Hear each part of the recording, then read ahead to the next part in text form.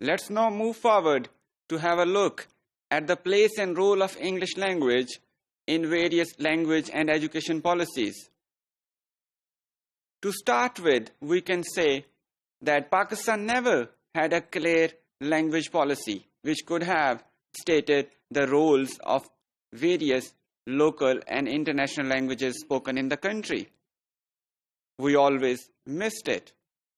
The information about languages and their roles in the country come from various education policies and political statements, as well as some constitutional documents that reach to us through various sources.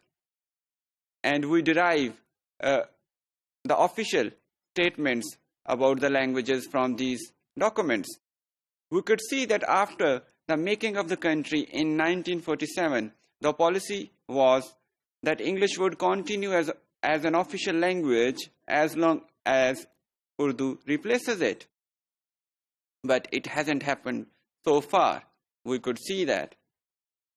And one of the major reasons was the elites, Pakistani elites' patronage of English, because it supported them a lot.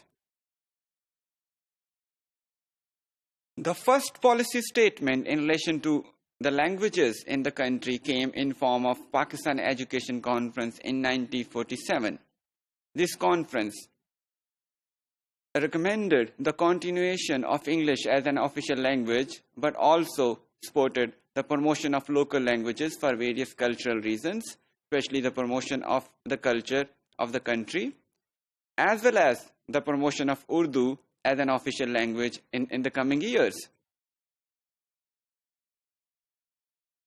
This policy also acknowledged that the continuation of English as a medium of instruction for a longer period of time could have injurious effects on the young Pakistani minds. Therefore, the government should take necessary actions to replace English with Urdu or other local languages as the medium of instruction. But as I said earlier, it hasn't happened so far.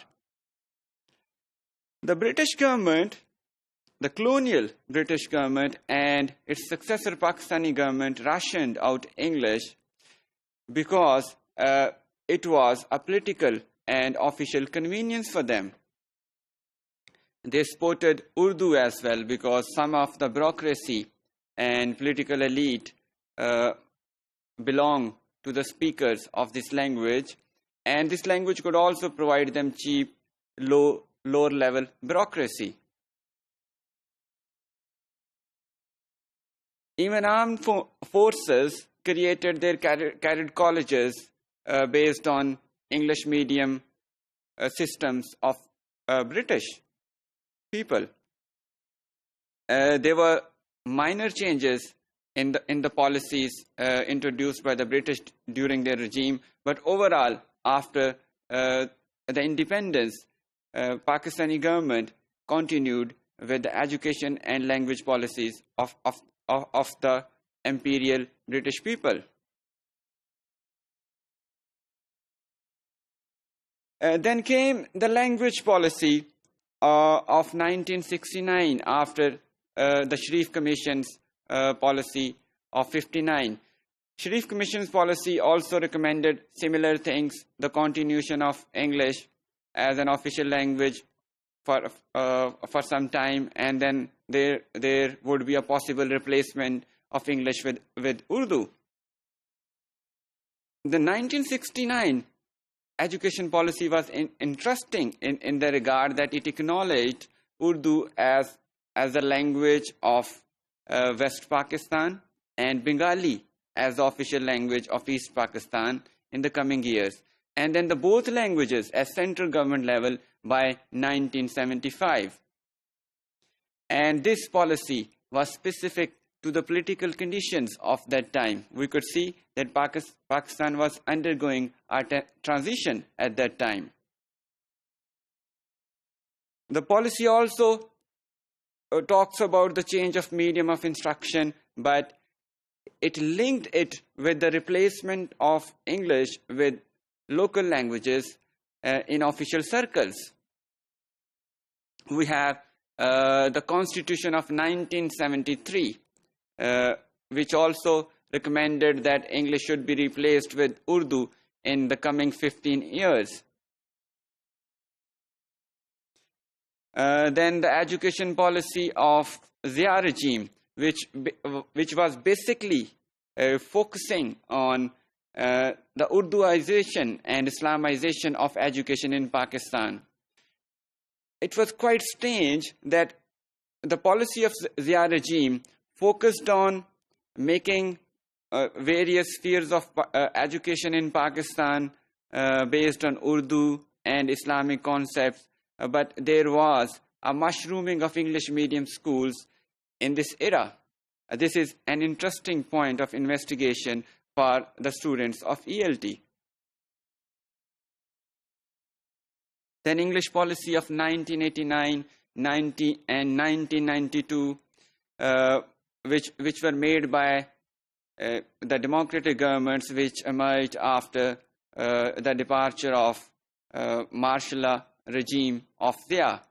They supported English as a medium of instruction at higher levels, and they also pledged to replace English with Urdu in the coming years.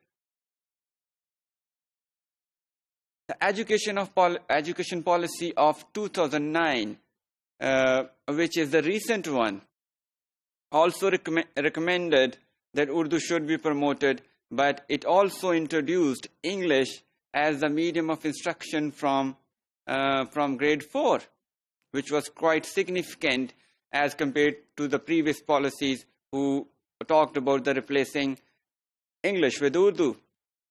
This policy also recommended that the science subjects, including mathematics, should be taught in English language from grade 4. And it was basically aimed at making our students compatible with the international trends and education standards. Here is a chart which might help us in bringing in a comparison between these policies. I'll just have a quick look at them. You see, in the pre-partition era, in the colonial rule, Urdu medium was used for the masses, for the common people, and English for the elite. And British government strictly followed this policy. Even after independence, we continued with the same policy. We see Sharif Commission recommended primary and secondary education in Urdu and only higher education in English, but this change never happened. You could look in the last column that implementation never happened.